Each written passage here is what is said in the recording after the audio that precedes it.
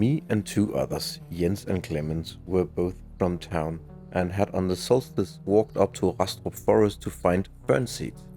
We had to be there at exactly 12 to find the seeds, but we were chased off by the caretaker's sons who were on their way to visit the forest bailiff's wife, and by the time we were sneaking our way back into the forest, the hour had passed and it was too late to get the seeds. Fern seeds can pass through 9 sheets of paper, but not through the 10th. You can take this 10th piece of paper and put it under the heel of your shoe or under your tongue, and then you'll be invisible. Can we try that right now? Yeah. Because, like, man, my bones are like too white, right? And I'd like to be invisible. No, yeah, after we talked about Jan Pugh who turned himself invisible, I scoured through my entire collection of those like books I have from the 17th and 1800s, and I found invisibility spells. I was thinking the same thing, because that's actually the first thing that came to mind. Yep. The story we talked about last time. Exactly. Which last time, it's been way too long since we recorded. Yeah. But we're here now. Yeah. Well, but I mean, how does that work together with the whole? If you look at the heels, I think then you turn visible again. The spell stops working. Yeah, I guess wasn't it that way? Because if you could see the spell reagent, it ceases to work. Maybe. Right. I mean, maybe so. Yeah. But yeah, anyways, welcome to another Folklore Things episode. We're doing just a quick little mini episode while we're working on bigger stuff. I'm Randalf, and this is Nick. Yeah, we were, the first 2 episodes were really long ones. The second one even bordering on 2 hours. Yeah. And actually, Randalf and me, we are kind of busy here and there in real life. So we decided that maybe these tinier, smaller tidbit episodes would be nice to fill the void between the larger ones.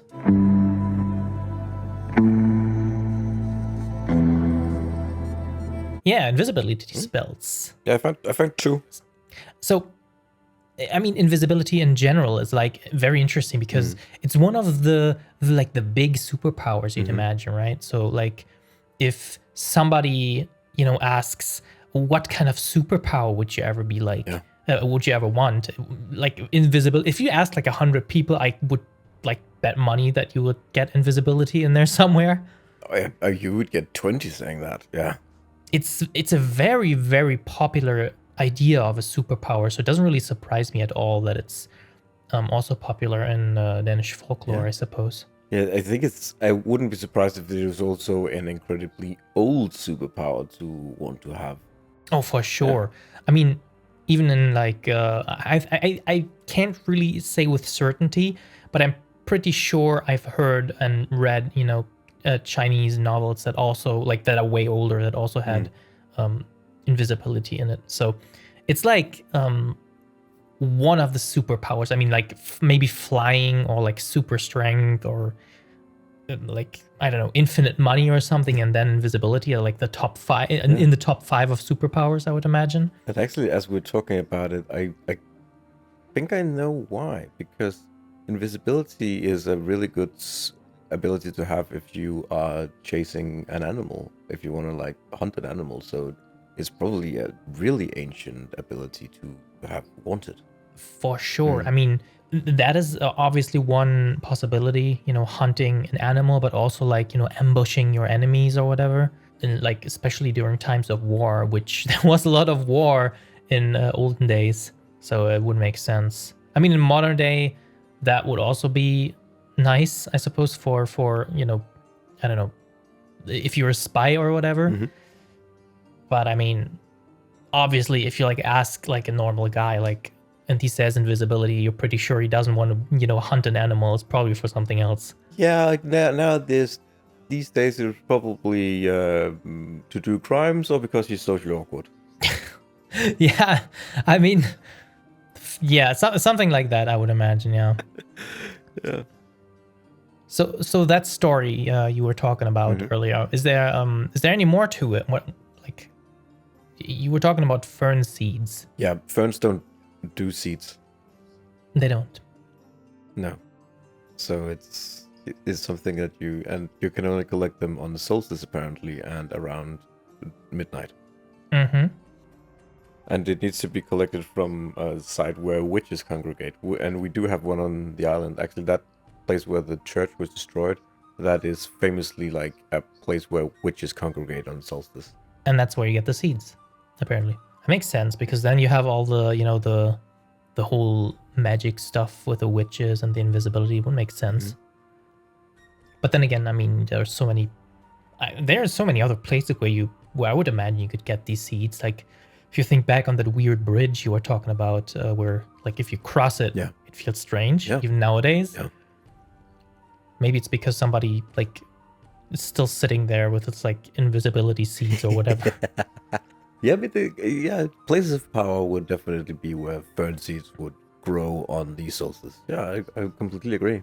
No, I just think it's neat that this little story about an invisibility spell actually ties back to things that we've been talking about, like in the past, and like investigations that I've conducted on my own. It's cool that it like slots perfectly into like the folklore that we've been talking about. It does, yeah. Have you found any more stories about invisibility?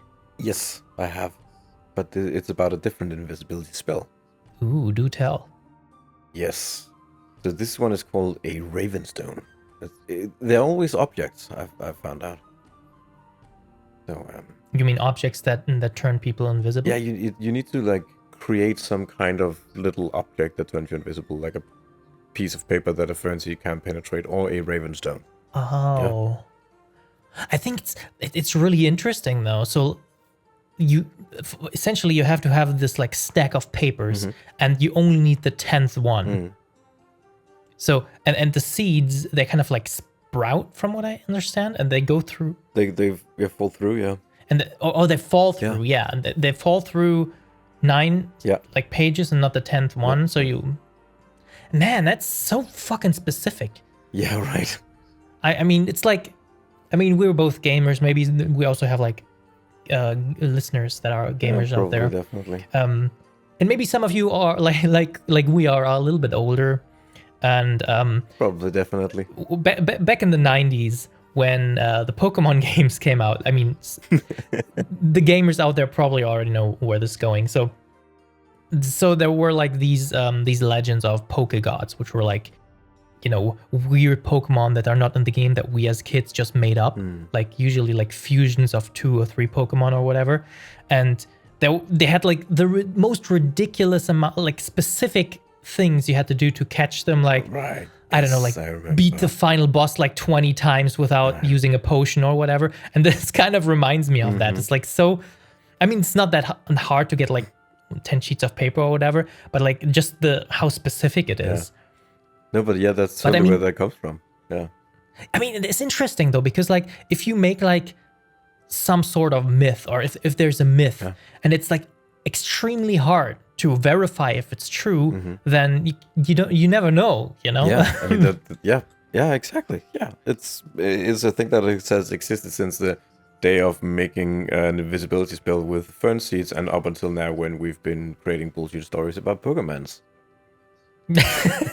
Yeah, I mean, there used to be even websites about. I think Rage Candy Bar was one of them. Not sure what it is now, but yeah, it's like if it's so hard to do, it might as well. Who knows? It might be true. Yeah, it might be true. It's like there was this series back in the day. It's called the Holder series. It's akin to SCP, if you've heard of it. I've read it. Yeah. It's a really old like collaboration writing project.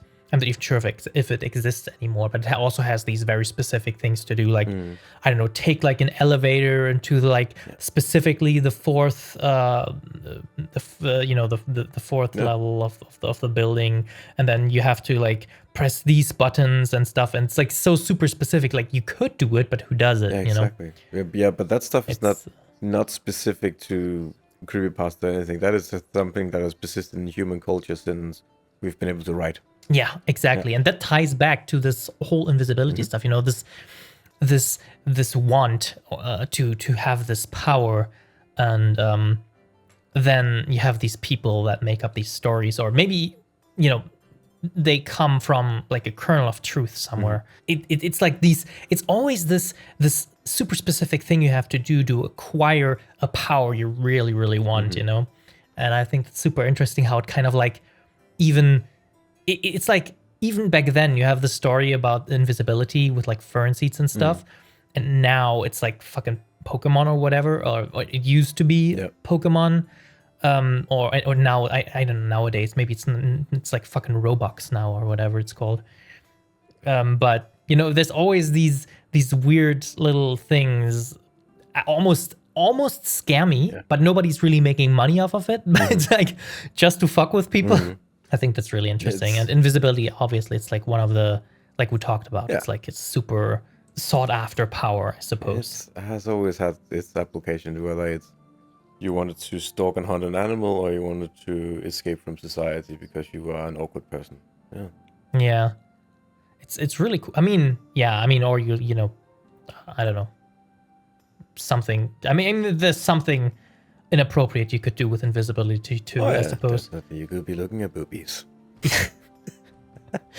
Yeah, fair enough. I mean, I didn't want to spell it out like that, but yeah, that's exactly what I meant. I mean, I wouldn't know. I'm a skeleton, but yeah, you know. But yeah. But you were talking about the Raven Stone. What's that? So, okay. First, you must watch out for the first egg that a raven lays in the nest. When it is laid, you must draw a cross on it. The first egg laid is the first egg hatched. When the shell begins to start to crack and the chick peeks out, you must be ready, and you must hang a piece of string over the nest, and you must hang the chick on the piece of string. The raven mother will then fly out and fetch a sprout of stone crop and put it in the mouth of the chick, and then the chick will be invisible. The person who has hung the chick up on the piece of string, he must then crawl up to the nest and the string, and he must like run his hand across the piece of string until he feels the invisible chick, and then he must take this piece of stone crop out of its mouth, and then the chick will be invisible again. The stone crop is now a raven stone, and it will make the wielder invisible if they place it in their mouth. What the fuck? Right. I think that's the most out there story we've had so far. Because like, holy fuck, that's like literally the Pokegods thing. Yeah. It's like, I don't know, you have to like talk to this NPC and then wield this item, and you have to like beat this opponent 3 times and then the Elite Four. Like it's literally that. Wow. The whole fern seed thing seems a little bit easier than that. Just a tiny bit, right? Except, you know, you have to show up at a specific time of year. You can only do it like during apparently 1 hour of the year. But yeah, sure, that seems way easier. Yeah. I mean, you have to. How many times do you have to crawl up? I think you don't have to crawl up. Damn tree. Once per Ravenstone. Well, I mean, you have to like hang up the string, right? Oh, right. Yeah, you have to. No. Actually, first you have to crawl up and draw a cross on the egg, and then you have to crawl up again, put out the piece of string, and then you have to crawl up again and put the chick on the piece of string, and then you have to crawl up again and then get the chick. So you have 4 times. Does the chick survive the ordeal? I believe so. Well, then it's just a funny story. That's yeah. There's actually a story about a guy who has like used the Ravenstone. Oh, we can talk about that. I can't wait to hear that. But like he went through the ordeal, or maybe he just stole the Ravenstone from somebody or bought it or whatever. So this is actually, so we're gonna be talking about a guy, and he's gonna tell us some stories.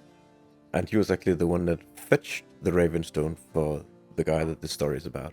Gotcha. But like, what's the deal with the cross on the egg? Is it like just a religious thing? Yes. So you have like the Cyprianus book full of spells, and that is that weird mixture of Christianity and like heathen practices. But I also think this cross at some point had a very different meaning that wasn't Christian. Yeah. I think it was just a regular symbol of power of some sort. Yeah, I mean, it must have some origin. I wouldn't know, but it's such an easy symbol to draw, right? Fair enough. Yeah, it's like when I buy like doner kebab down the road, and it's like and I buy it for like my girl and myself, and then we're like, and she doesn't like onions, and then the guy's like, I'm just gonna put an X on the one with onions or whatever. Yeah, so it's just natural little symbols to make. Yeah. But yeah, so tell me about the guy who fetched the Ravenstone for the guy who paid him, or what was that? Yeah, so there was a carpenter who was in service at a big farm out by Randers. And the guy that we're going to be talking about in a future episode, his father got this carpenter a Ravenstone. And the funny thing is that the carpenter was actually the one who told him how to do it. So I guess this guy was just, I don't know, a wizard for hire who went out and actually fetched the spells for people that apparently like knew how to make them. But yeah. It's like, it strikes me as like these scammers that like try to sell you how to make money rich thing, because like if you could like make money fast, make how to get rich fast. Jesus, I like mixed two sentences. So how to get rich fast schemes. Damn, hard to say. It sounds a little bit like that, because it's like if you knew how to get rich fast, why don't you just get rich fast instead? You sell it to others and tell them the secret.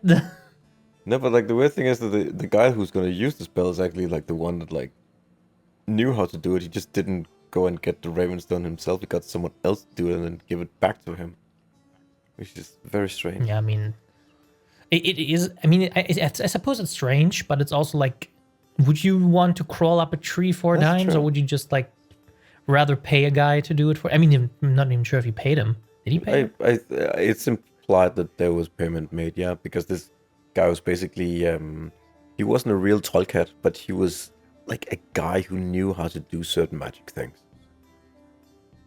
I got you. He's like a fake trollcat. Yeah. It's like a trollcat's apprentice, maybe. It's like, yeah. He's like, he's like a muggle or whatever. Yeah. It's a squib. That's totally the vibe I got, that he was a guy who had knowledge of the magical world, but no powers to wield in it. Yeah, a squib. I think that's what I call him. Yeah, I think so, yeah. But anyways. Poor guy. Yeah, the carpenter was in a relationship with a girl. And there was another guy who also wanted to be in a relationship with the same girl. And he would show up at social gatherings with the intention of beating up the carpenter and stealing his girl. But the carpenter had avoided it every time. But he knew that he couldn't avoid it forever though, so he had gotten the Ravenstone. Then one night, he saw the other guy dancing with his girl and trying to put the moves on her. He then sneaks away. He puts the Ravenstone in his mouth. He turns invisible. Then he sneaks up behind the guy and starts stepping on his heels. The guy then gets mad and thinks it's the guy dancing behind him that's doing it, so he hits him in the head. And that guy, of course, gets mad because he's just been hit in the head for no reason, and a big fight breaks out. After things are settled, the girl stealer is looking real bad because he was the one that started the fight, and without just cause. So he gets beaten up by the crowd for that, and the carpenter got his revenge. And he gave the guy that we're going to be talking about 2 coins for his work, and then he replaced all of the handkerchiefs that he had used climbing up the tree. Because see, the way he climbed up the tree was that he would wrap a handkerchief around the tree, and then he would hold both ends, and then he would put his knee up against the tree, and then he would just like shimmy up by sliding the handkerchief up, and then shimmying up with his knees, and then repeating until he was at the top. And he had apparently used quite a few handkerchiefs in the process to do so. I mean, if handkerchiefs are your biggest problem in crawling up a tree, I mean, you do you, but I mean, it's like, I suppose they're very rare in this universe. They must apparently be very valuable, at least. Yeah, seems like it. But what the shit? What kind of girl like does the carpenter have that she just like is like? Well, I suppose that's my life now. Now I dance with this asshole. Yeah, but is that even a girl worth keeping? I don't think so. I don't think she was particularly interested. If she was actually interested in this other guy as well. Yeah, but I mean, I think it's kind of hilarious how he's like, I can't avoid my my ass beating, so I guess the solution is to prepare to turn invisible. Yes, Magic is always the best solution. What do you think a ravenstone tastes like if you put it in your Oh, mouth? probably it tastes like how a bird smells. Okay. I mean, what did you? What even is a ravenstone? I mean, I know the story, but like, where does the mother get the thing from again before before she puts it in Stone the crop. chick's That mouth? is a completely normal little weird flower that grows on the top of mountains, which also makes it a little bit more exotic because Denmark. Oh, it only it's like native to Denmark. No, it's not native to Denmark. That's the idea. It's a mountain flower. I'm Oh, pretty sure. Yeah. okay, okay. Now I get it. I think so at least. So yeah. it probably tastes like that plant plus bird saliva. Yeah. To like how a Yeah. bird smells. Yeah, now I wish we didn't talk about that, or I didn't ask. Okay. Moving on. Moving on. We don't have. So this guy. Yeah. Okay. You want to move back to the story? Got it. Yeah. Yeah. Now it's in my head. Now to just remember that, I had to delete a nice childhood memory from my brain. Thank you. Okay, so this guy, he's like, his solution was magic, and actually, I think it's very smart, because when you were talking about how he saw this guy dancing with this girl, and then he used the Ravenstone to turn invisible. I was like, oh shit, is he running? Is he like just gonna be like, okay, I'm hang up the hat, I lost, Here's your girl now. But he had a really smart solution, actually. That was really clever, to get like the guy to be the bad guy, Exactly. the villain in the Smart. story. Yeah, also because he didn't just Like, run need up his and ass smack beat. him on the side of the head. No, he stepped on his heels. Yeah. Pretty clever. Yeah. And then he got his ass beat by the other guy, or I suppose you said there was like a major, the hand throwing The thing. crowd actually ended up beating him up, which was the practice at the time. But basically, if a fight broke up, yes, beating up was the practice at the yes. time. Okay, so if there was a disagreement at a public event and it was decided that a person was the bad guy, then that guy would get beaten up by the entire crowd. If that's the practice, then that's how it is. It's apparently a very Danish tradition of just if you're an asshole and everyone agrees that you're an asshole, you get your ass beat, because then you might not be an asshole next time. I mean, it's a pragmatic solution to the problem, Right. but I'm not sure if it works. Plus, I mean, still, I suppose they probably didn't kill him, so No. what would stop him from, trying to get the girl again? I don't know. That's a good question. Is that where the story ends? Yeah, we don't actually know if they ended up together, but I assume that they probably did. I mean, you can't have been too impressed with him being an asshole and also getting his ass beat. I don't know. There's a lot of weird things about the story. And I'm not sure if the girl was worth the effort, but nay. Probably not. Carpenter, was that the carpenter? Yeah, the it was carpenter. Carpenter, you do you. Do what you gotta do to keep your girl. I suppose more power to you. Yeah. No, but yeah, those are a couple of neat stories about invisibility spells. Yeah, that's really interesting. I liked all of them, I think. Yeah, that's pretty cool. I mean, I think the most mundane one is the first one about the seeds. Yeah. But I mean, it's not a bad story. I think it's really interesting how invisibility kind of has this oftentimes we were talking about earlier how invisibility is like an ancient power to want as a as a human. Yeah, I think so, yeah. But still, these stories are almost mundane in why, know? Yeah, it's an everyday want that makes you do magic. Yeah. Yeah, I mean, it doesn't want to do magic. But I do think that an underrated part of the first story is actually that it includes references to a couple of weird forest spirits that you sort of just kind of gloss over as you're reading it. Ooh, yeah. I mean, forest spirits are really interesting to me Yep. too, because I mean, I don't know. I think it's kind of almost underrated sometimes, like the whole forest thing. I mean, for example, if you look like, I mean, people, I mean, everybody has seen a forest, but like if you're actually inside a forest and like these giant trees like narrowing down on you, it's creepy as hell. Yeah. It's kind of underrated, Yeah. actually.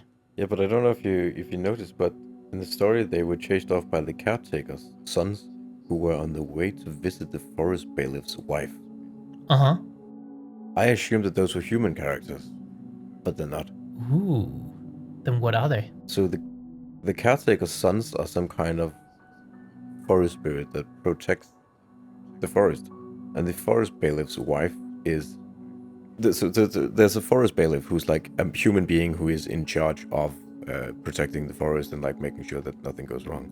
And they were apparently like bachelors back in the day, but it was said that the forest was their wife and that she had some kind of like physical manifestation that would come out once a year, which would make sense if it was on the solstice. Oh, yeah, that works well together, Right. actually. Interesting. Yeah. So they were protecting the power. Yeah, I think so. Because it's not the power humans should have, so you're kind of stealing from the spirits. Yeah, or you're catching on. Yes, whatever. that was my takeaway as well after having like thought about it for a while. Like, why would they be there? Yeah, that's my takeaway. I mean, it makes sense too, because like it actually goes like full circle, because you're like, okay, so it's either you steal the power, no, actually you also kind of steal the power with a raven stone, because you don't do anything. I mean, the raven does the work. You just steal the stone, and on the other hand, it's like you also like kind of steal the power when you do the seed thing. And I wonder if there are any other ways to like get this power of invisibility, and Definitely. maybe not even in Danish folklore, but like in like across the world. I still have a pile of. I'm looking at 60 books that I haven't read yet. Wow. Well, can't wait. I mean, there's probably also some stories about flying in there, maybe. Definitely. Or about like running really fast. Yeah, if you want a teaser for a future episode, I found the only mention of a werewolf in Danish folklore. Oh, the only one? I would have thought there were a bunch more. Danish folklore is famously, well, not famously, but Danish folklore is the only folklore that doesn't have werewolves. Is there a reason for that? Because it seems kind of obvious that they should. I think it's because of societal things. We were never repressed, so the wolves didn't have to come out. I get it. Because even if you take our neighbors like Sweden and Norway, they were quite heavily like oppressed and that stuff. And like there was of course some oppression in Denmark, but it was much more nuanced. And there were like in Sweden, 80% of the population were feudal peasants, but in Denmark it was like 20. Oh, that's really cool. But I think that's something for a future episode. Definitely, yeah. I just wanted to tease it. Yeah, it's a really cool thing, because we talked a lot about these, about these mischievous creatures, or we talked about tall cats, and we talked about gods even. We talked about weird fucking sea creatures and stuff.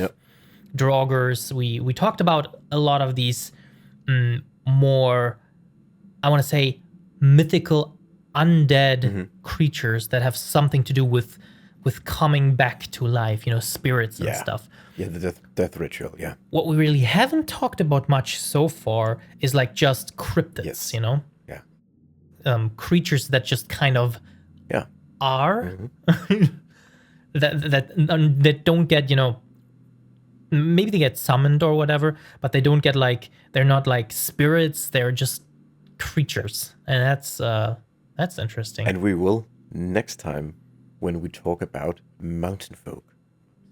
Hell yeah. Hell yeah. So yeah, that's it. So yeah, thank you guys for listening once again to this short episode of Folklore Things. And yeah, we hope we'll have you next time. Huh? But it took a while. But yeah, it's been a pleasure as always, and we'll see you around. Yeah, take care. Bye bye.